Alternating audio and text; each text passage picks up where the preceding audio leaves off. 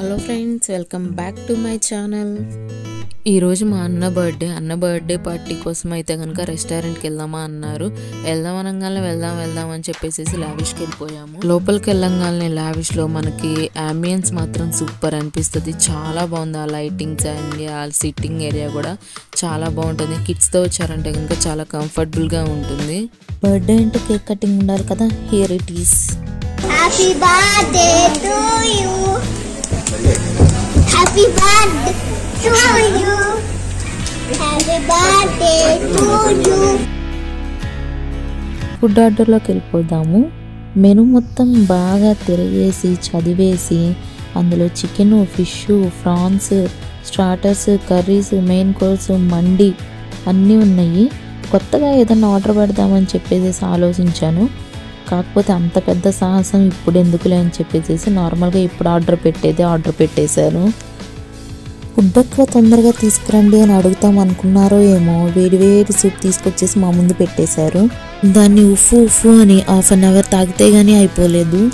ఈలోపు రానే వచ్చింది మన మండి. ఏంటో ఒకసారి మనం కరెక్ట్ అనుకున్నది రాంగ్ అవుతుంది, మనం రాంగ్ అనుకున్నది కరెక్ట్ అవుతుంది. ఎందుకు ఇలా అంటున్నా అనుకుంటున్నారా? చాలా కాన్ఫిడెంట్గా ఎప్పుడూ రెగ్యులర్గా ఆర్డర్ పెట్టేదే కదా, తినేదే కదా, బాగానే ఉంటుంది టేస్ట్ అని చెప్పేసి ఆర్డర్ పెట్టాను కదా, అక్కడే పప్పులో కాలేసాను నేను.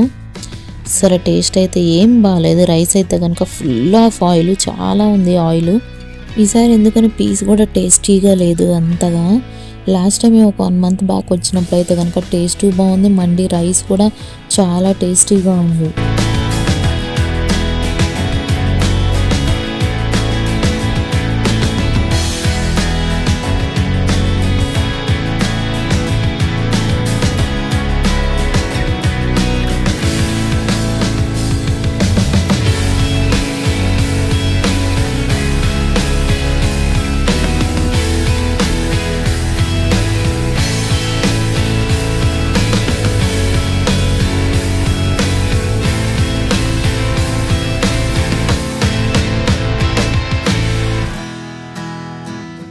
ఇక్కడ చూడండి, మీకు క్లియర్గా కనిపిస్తుంది ఆయిల్ అనేది. ఎంత ఆయిల్ ఉందంటే రైస్లో అంత ఆయిల్ ఉంది. మన హ్యాండ్కి ఫుల్ ఆఫ్ ఆయిల్ అయిపోయింది, అంత ఆయిల్ ఉంది.